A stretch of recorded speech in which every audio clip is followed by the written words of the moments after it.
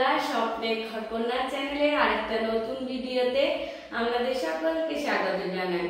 আর এই যে সকাল সকাল চলে এসেছি রান্নাঘরে রান্না করার জন্য।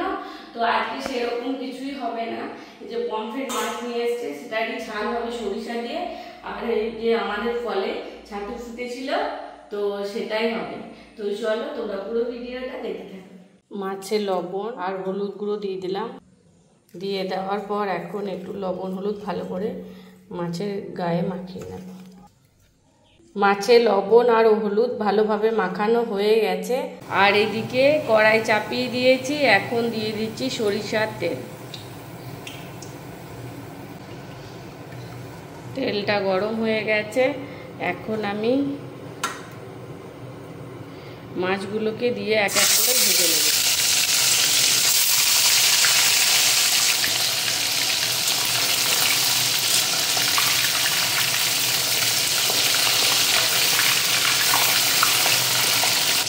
মাছগুলো হালকা করে ভাজা হয়ে গেছে, এখন আমি তুলে নেব।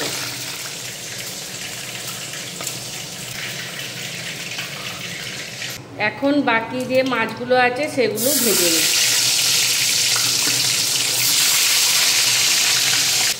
ওদিকে তো মাছগুলো ভাজা হচ্ছে, তাই এদিকে আমি মশলাটা রেডি করে নিয়েছি।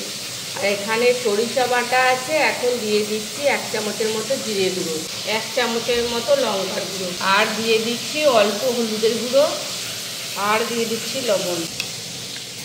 একটু জল দিয়ে মশলাটা একটু মিশিয়ে নেব।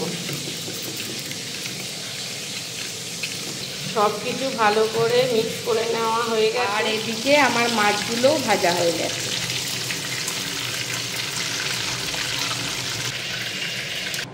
ওই মাছ ভাজা তেলের মধ্যে আমি ফোড়নে কালো জিরে আর একটা শুকনো লঙ্কা দিয়ে দিলাম।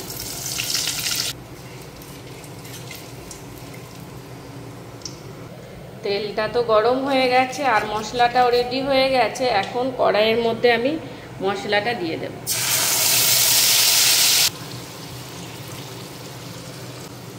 মশলাটা দিয়ে দেওয়ার পর গ্যাসের ফ্লেমটা একটু কমিয়ে দিয়ে মশলাটা আমি একটু ভালো করে কষিয়ে নেব।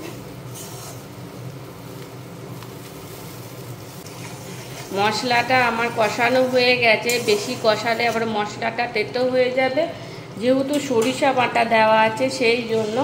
তো এখন আমি পরিমাণ মতো জল দিয়ে দেব। এদিকে ঝোলটা ফুটে গেছে, এখন আমি ভেজে রাখা মাছগুলো এক এক করে দিয়ে দেব।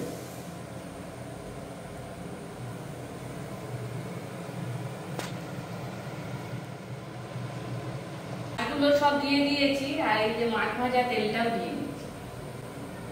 এই তেলটা দিলে মনে হয় বেশি টেস্ট হয় ঝোলটা। মাছটা হতে বেশিক্ষণ লাগবে না, 5 মিনিট হলেই হয়ে যাবে। তো এই যে এখন 5 মিনিটের মতো একটু ঢাকা দিয়ে দিচ্ছি। 2 মিনিট হয়ে গেছে। তো এখন একটু ঢাকনাটা খুলে ওপর থেকে আমি কাঁচা লঙ্কা দিয়ে দিলাম, একটু লবণও দিয়ে দিলাম। আমি আবারও ঢাকা দিয়ে দিলাম 2 মিনিটের মতো। 5 মিনিট হয়ে গেছে, এখন আমি ঢাকনাটা খুলে দিচ্ছি। এই যে এদিকে মাছটা আমার হয়ে গেছে। তো আমি এখন গ্যাসটা বন্ধ করে দিলাম। আমার রান্না কমপ্লিট। তো গ্যাস ট্যাস পরিষ্কার করে নেব। তো পরিষ্কার করে নিয়ে ভাবছি যে আজকে টিফিনে কিছু বানাবো। তো কি বানাচ্ছি তোমরা পুরো ভিডিওটা দেখতে থাকো। এখন দিয়ে দিচ্ছি কড়াই ঘি, 1.5 চামচের মতো ঘি দিলাম। ঘিটা গরম হয়ে গেছে, এখন 2টো তেজপাতা দিয়ে দিলাম। এই সুজিটা দিয়ে দিচ্ছি।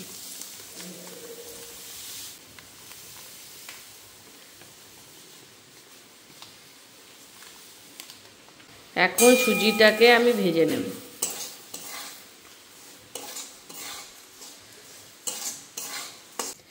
সুজিটা ভাজা হয়ে গেছে। তো এই সময় আমি প্রথমে একটু জল দিয়ে দেব।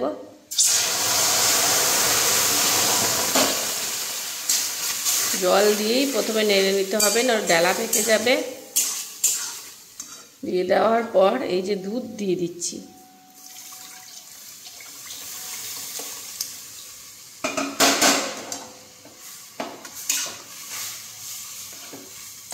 এই সময় গ্যাসের ফ্লেম একদম লো রাখতে হবে, না হলে ডালা পেকে যাবে।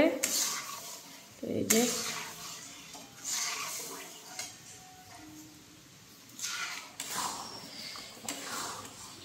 দুধটা অনেকটা মরে গেছে, তো এই সময় আমি চিনি দিয়ে দেব।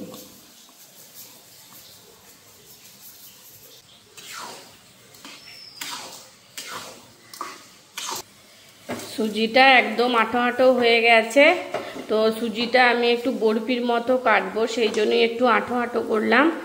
আর যদি কেউ আঠো আঠো না করতে চাও তাহলে একটু ঝোল ঝোল রাখলেও হবে, তবে সেটা বরফি কাটা যাবে না, তো সেই জন্যই আমি একটু আঁটো আঁটো করলাম। তো হয়ে গেছে, এখন সুজিটাকে আমি নামিয়ে নেব। সুজিটাকে আমি থালার মধ্যে নামিয়ে নিয়েছি, এখন এই ঠান্ডা জল দেবো হাতে, আর এইভাবে ওপর থেকে এটাকে ঠিক করব। ঠান্ডা জল নিলে ভালো হবে, হাতে নলে গরম লেগে যাবে, সেই জন্য ঠান্ডা জল ব্যবহার করছি। সুন্দর করে এটাকে সেট করে নেব। সুজিটা সুন্দরভাবে সেট হয়ে গেছে, এখন এটাকে আমি ছুরি দিয়ে কেটে নেব বরফির আকারে।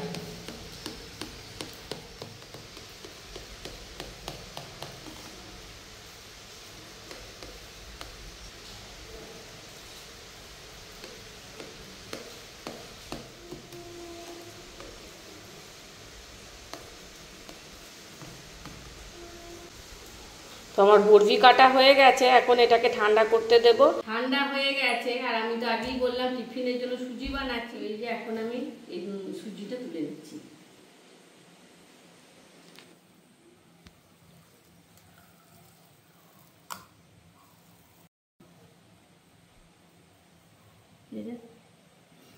সুন্দর বরফির মতো হয়েছে।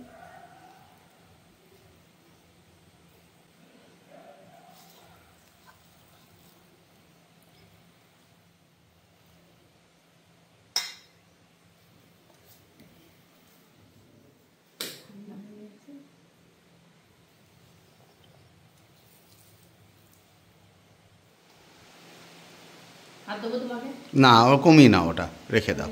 হ্যাঁ, তো এখন টিফিন ভরা হয়ে গেছে, তো চলো আবার পরে দেখা।